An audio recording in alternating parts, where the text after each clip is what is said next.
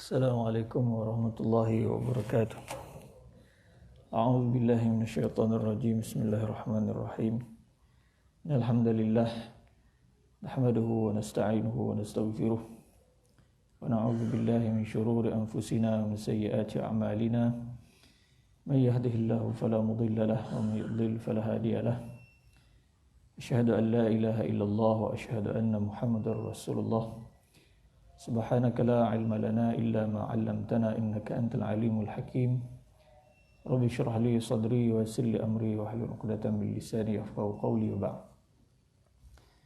Tuan-tuan muslimin yang dirahmati Allah Subhanahu wa taala, alhamdulillah tahun sekali kita menjalankan kesyukuran kepada Allah Subhanahu wa taala pada tengah hari ini sementara kita menunggu masuknya waktu Jumaat. Insya-Allah kita sama-sama mengulang kaji sedikit satu perkara yang sangat penting, walaupun dia mungkinlah pada zaman kita yang serba moden ini kita merasakan bahawa dia bukanlah sesuatu yang perlu ditekankan disebabkan peredaran masa. Kita pula dah tinggal di bandar-bandar besar seperti Putrajaya ini, tetapi sebenarnya kadang-kadang perkara itu masih lagi berlaku sama ada secara sedar ataupun tidak sedar. Itulah apa yang disebutkan sebagai khurafah ataupun khurafat, orang Melayu kata, yang mana ia adalah merupakan satu perkara yang menyentuh tentang aspek akidah kita. Maka dia suatu yang sangat penting, kerana kita bimbang kalau perkara yang kita rasakan ia remeh, tetapi sebenarnya ia menyentuh akidah, menyentuh kepercayaan dan pegangan kita, iman kita kepada Allah Subhanahu wa taala. Jadi khurafat ni dia sebenarnya cerita asalnya dia adalah nama kepada seorang yang hidup pada zaman jahiliyah. Nabi SAW cerita, ni bedtime story lah, cerita dengan isteri-isteri baginda SAW sebelum tidur. Nabi cerita dahulu di zaman jahiliyah ada seorang nama dia Khurafat. Nama dia tu Khurafat. Khurafah lah kalau kita matikan tak marbutah tu. Jadi Khurafah ni daripada Bani Azrah. Satu ketika Khurafah ni telah diculik, telah ditangkap oleh jin. Jin boleh tangkap orang, tuan-tuan. Ikhtitaful jin dipanggil. Dia culik Khurafat ini, disorok masuk ke dalam alam jin, sehingga orang tak jumpalah Khurafat ni, hilang. Lama hilang Khurafat ni. Dan memang cerita tu panjang lah. Kalau nak ikut setengah riwayat, diceritakan apa yang berlaku di alam jin tersebut. Panjanglah ceritanya. Jadi kalau cerita yang tu saja habislah tujuan kita nak cerita pada hari ni. Jadi dia diculik Khurafat ni oleh para jin, masuk ke alam jin, dia duduk dalam tempoh yang sangat lama. Kemudian akhirnya dilepaskan oleh jin tersebut. Maka masuklah dia semula ke alam manusia. Masuklah semula ke alam nyata, alam zahir ni. Lalu bila dia masuk semula ke alam zahir, jumpa dengan dia punya saudara mara, kabilah dia. Dia pun ceritalah apa yang berlaku di alam jin itu. Maka sudah tentulah alam jin ni dia tak sama dengan alam kita. Alam zahir ni kan, jin ni bukannya seperti kita ni mempunyai jisim fizikal umpama kita ni. Jadi cerita-cerita dia tu cerita yang pelik lah. Cerita yang menghairankan, ajaib. Maka orang tak mau dengar cerita apa punya karut dia ni cerita. Ni cerita khurafat ni, tak payah dengar lah cerita khurafat. Jadi akhirnya kalimah khurafah itu menjadi satu istilah. Menjadi satu istilah dari segi syarak untuk merujuk kepada apa yang disebut sebagai al-hadith al-mustamlih al-makdzub. Khurafah ini itu cerita-cerita yang mempersonakan, yang dicampur aduk dengan perkara-perkara yang dusta. Cerita tu menarik. Cerita tu mungkin asal dia ada asasnya. Kemudian nak bagi sedap cerita tersebut, maka ditambahkanlah dia punya perencah-perencah dia dengan gulanya, dengan garam, dengan herba itu ininya, maka dia menjadi sedap. Jadi sama jugalah cerita yang mungkin ada asasnya, kemudian ditokok tambah maka akhirnya dia menjadi suatu cerita yang mempersonakan, tetapi makzub, dia sebenarnya adalah cerita-cerita dusta, perkara-perkara dusta. Jadi khurafah, jamak dia adalah khurafat. Kata Syekh Idris Al-Marbawi rahmatullah alaih, dia kata khurafat ini adalah merupakan cerita karut. Dari sudut syarak, khurafat ialah semua cerita, sama ada rekaan atau khayalan, ajaran-ajaran, pantang larang, adat istiadat, ramalan-ramalan, pemujaan atau kepercayaan yang menyimpang dari ajaran Islam. Kadang-kadang yang paling berat sekali ialah bila sesuatu khurafah itu dikaitkan dengan agama, dikaitkan dengan Islam. Itu yang menjadikan dia lebih menarik lagi. Cerita tu karut je, tetapi dia sandarkan cerita itu kononnya daripada alim itu, alim ini, kononnya cerita itu adalah ilham ataupun adalah merupakan kasyaf, merupakan mimpi daripada tok syekh itu, tok syekh ini.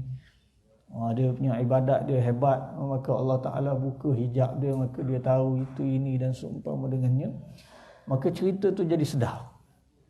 Maka dia terimalah kononnya itu adalah sebahagian daripada agama, sebahagian daripada kepercayaan. Padahal dia sebenarnya adalah merupakan al-hadith al-makzub. Dia adalah merupakan cerita-cerita yang tak lebih daripada cerita-cerita yang dusta semata-mata. Jadi khurafat ini ditentang oleh agama. Di zaman Nabi SAW banyak sangat khurafah yang telah dilakukan oleh orang musyrikin.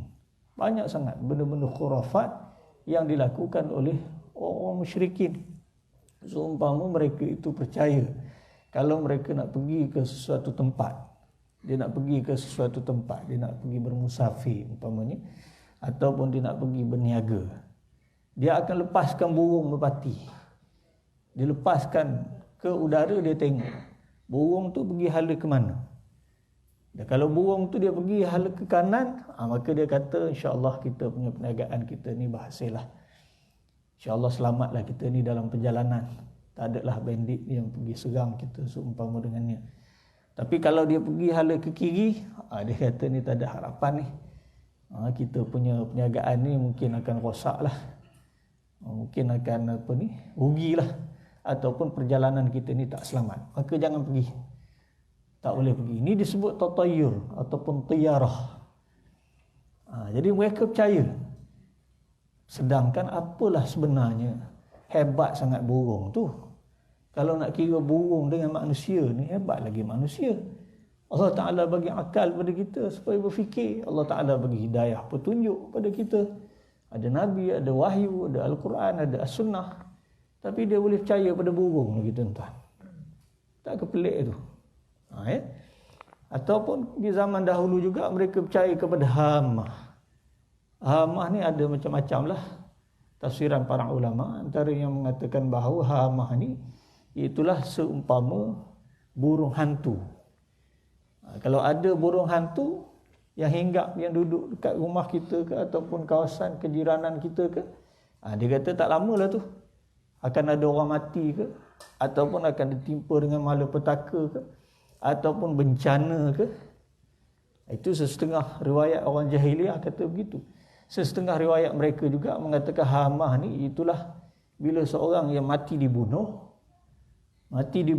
maka nanti akan ada sesuatu yang keluar daripada kepala dia ataupun daripada darahnya yang mengalir itu, yang mana makhluk itu akan menjerit, akan terpekik, akan terlolong sehinggalah orang yang mati itu terbalas dendamnya.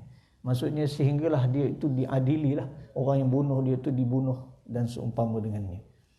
Kononnya katanya begitu. Itu disebut sebagai hamah. Jadi orang jahiliah dulu percaya. Kemudian ada juga orang Arab dulu, biasalah mereka kan pergi bermusafir di tengah-tengah padang pasir. Mereka juga percaya kepada kuasanya penunggu padang pasir. Ini ada juga dalam masyarakat kita. Macam burung hantu tadi lah, ada juga. Macam burung tadi, kalau masyarakat kita ni dia tak pakai burung sangat, dia pakai biawak kan.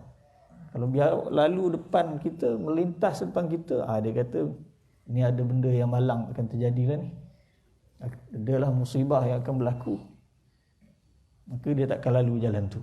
Ataupun dia patah balik. Ni cerita zaman dulu. Tapi masih lagi ada orang yang percaya sikit sebanyak. Ya, kalau zaman jahiliah dulu mereka percaya dengan penunggu, hantu di padang pasir. Kita pun ada juga setengah orang percaya penunggu itu, penunggu ini. Kononnya kalau nak pergi ke suatu tempat yang tak ada orang duduk dekat situ, dia mesti ada penunggu. Lalu kita pun suruhlah kepada penunggu tu, minta perlindungan daripada penunggu tersebut. Kan? Hantulah. Itu pun dah dinafikan oleh Nabi SAW. La ghul, Nabi kata. Sebab tu Nabi SAW hapuskan benda-benda khurafat. Sama juga orang jahiliah dulu percaya kepada bahawa di sana adanya kesialan dalam bulan Safar. Bulan Safar ni banyak sangat benda-benda yang sial dikatakan. Ada disebut dalam setengah kitab.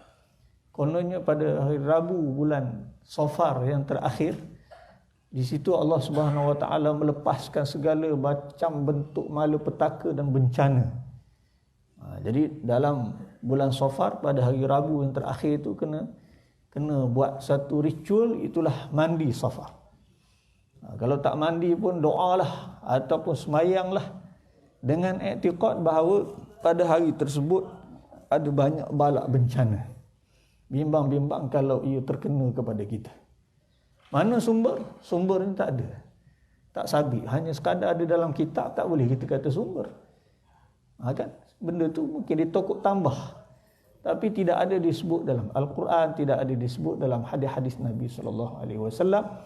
Bahkan perkara itu semuanya telah pun dinafikan oleh Nabi SAW. Sebab perangai yang mengatakan Safar ni bulan sial, ada segala macam balak bencana akan menimpa, itu perangai orang jahiliah dahulu. Jadi bila datangnya Nabi kita Muhammad SAW, baginda hapuskan. Nabi kata la adwa wala tiyarata wala safar wala hamata. Nabi kata la adwa, tidak ada penyakit berjangkit. Tuan-tuan, ada tak penyakit berjangkit? Ada penyakit berjangkit. Maksudnya Nabi nak kata bahawa penyakit berjangkit itu pun Allah Ta'ala yang punya kuasa, yang menyebabkan jangkitan itu. Maksudnya janganlah kamu beriman penyakit berjangkit itu berjangkitnya dia itu hanya kerana penyakit itu, sehingga melupakan musabbib al-asbab. Itulah Allah Subhanahu Wa Ta'ala. Sampai tahap macam tu. Nak jagalah kita ni punya akidah ni jangan sampai terpesong, sehingga takut sangat tu penyakit jangkit itu, sehingga lupa bahawa yang menjadi penyebab kepada jangkitan penyakit itu ialah Allah. Jangan sampai satu i'tiqad jadi begitu.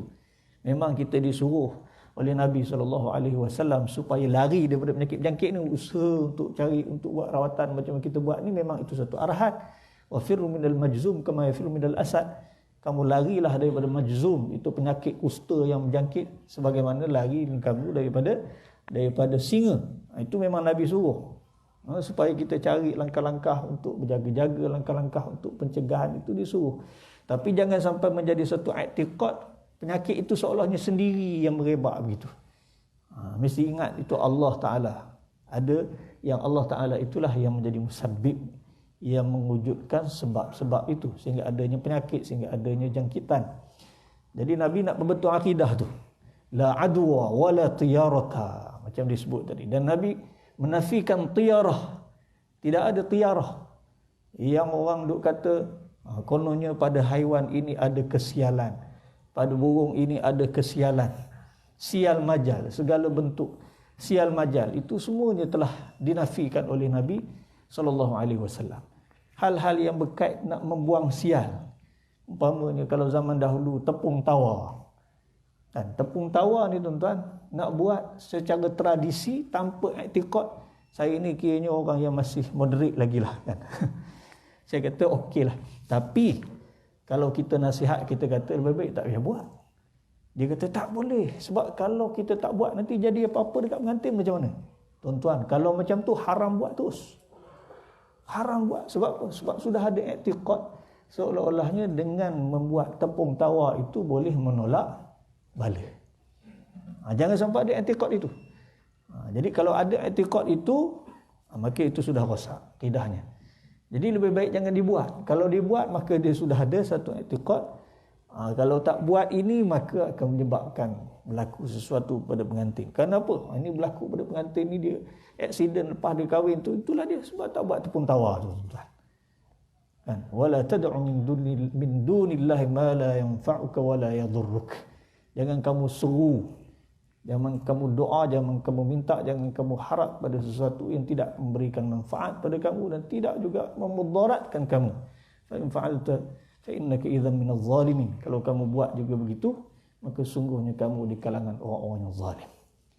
Jadi yang memberikan manfaat pada kita ni, yang menolak mudarat kita pun daripada segala bala bencana semua ni adalah Allah Subhanahu wa taala.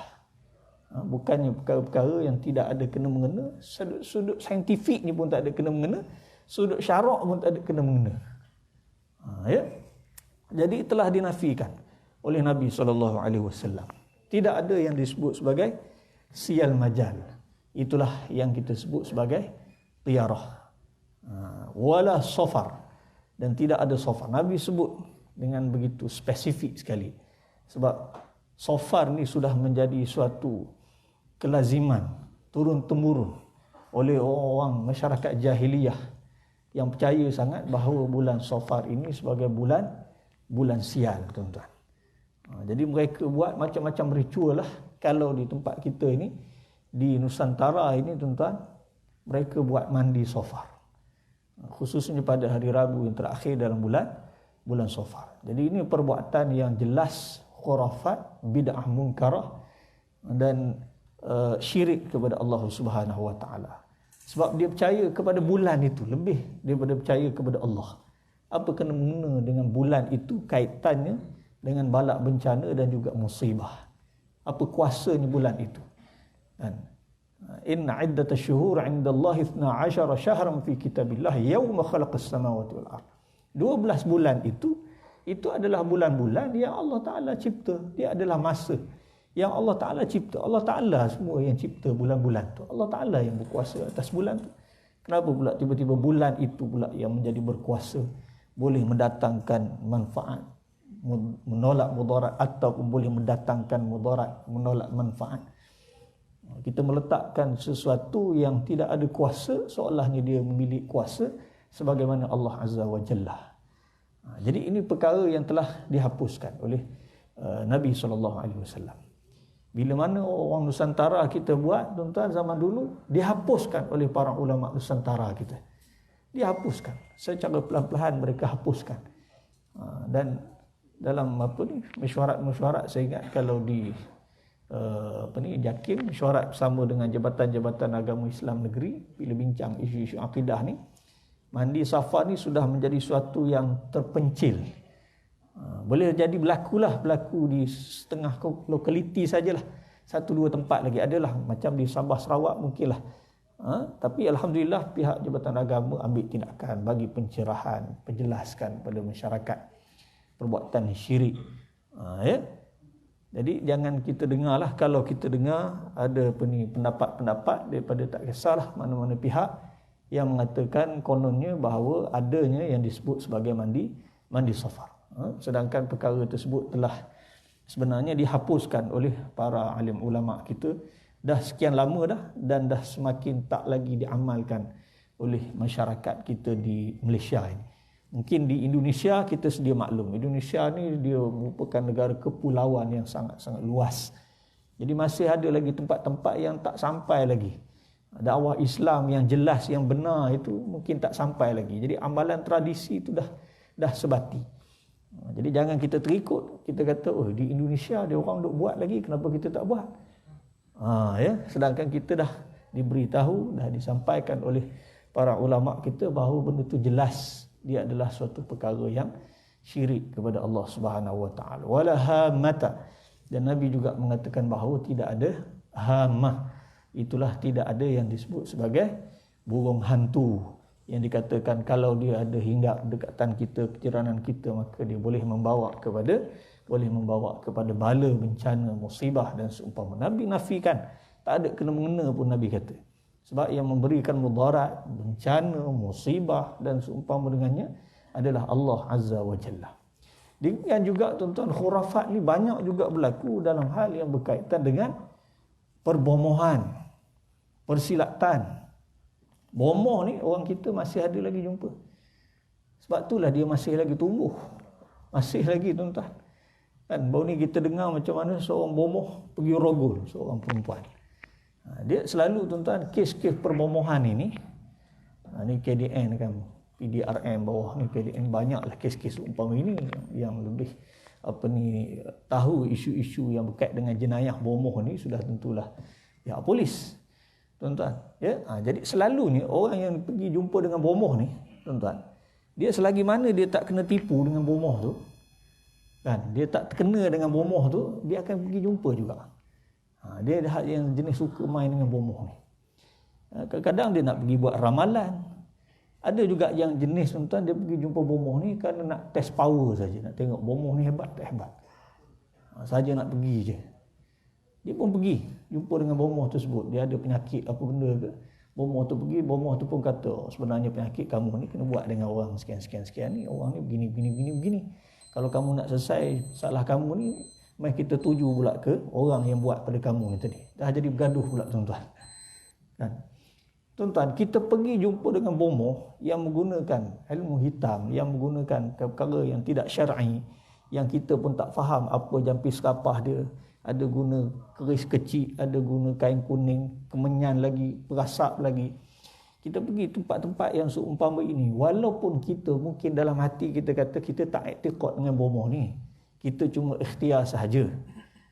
Nabi SAW mengatakan, man ata kahinan aw arrafan fasa'alahu an syai'in lam tuqbal lahu salatuhu 40 lailatan. Hadis sahih riwayat Imam Muslim. Seorang yang dia pergi bertemu dengan tok bomoh, dukun, ahli nujum, tukang ramal umpama dengannya. Dia pergi, dia hanya test saja. Hanya sekadar nak tanya soalan saja. Tuan-tuan, saja-saja test.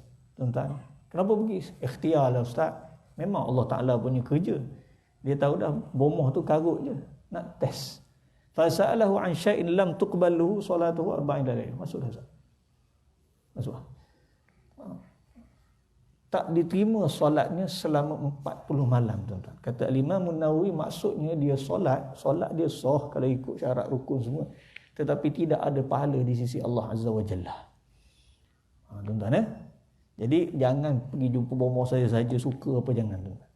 Ataupun kalau dia pergi jumpa dengan bomoh itu, bomoh tu buat ramalan bagi tahu kamu kalau masuk perniagaan sekian ni, kamu memang insya-Allah perniagaan kamu begini-begini.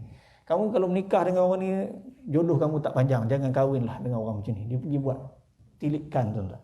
Contoh, dia percaya dengan apa yang ditilik oleh bomoh, apa yang diramal oleh bomoh. Dalam hadis Musnad Ahmad, kata Nabi SAW, faqad kafar bima unzila ala Muhammadin.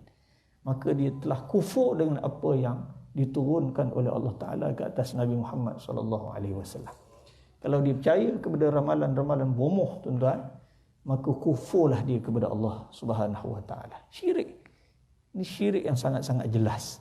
Sedangkan perkara ghaib, tuan-tuan, tidak ada siapa yang ketahui kecuali Allah Subhanahu wa Ta'ala. Itu belum cerita lagi khurafat dalam perkara-perkara yang lain, dalam perkara rawatan, dalam perkara persilatan dan seumpama dengannya. Jadi tinggallah benda-benda khurafat dan seumpama itu. Tuan-tuan boleh tengok dalam Google, boleh Google je garis panduan khurafat. Nama dah JAKIM keluarkan sejak tahun 2008 lagi. Baca yang tu selalu. Jadi kita nak pastikan supaya akidah kita ni salim, suci, bersih daripada segala perkara-perkara khurafat yang boleh merosakkan keimanan kita kepada Allah Ta'ala. Jadi sangat sekadar itu sahaja. Baik pada Allah Ta'ala, Tuhan daripada diri saya sendiri. Assalamualaikum warahmatullahi wabarakatuh.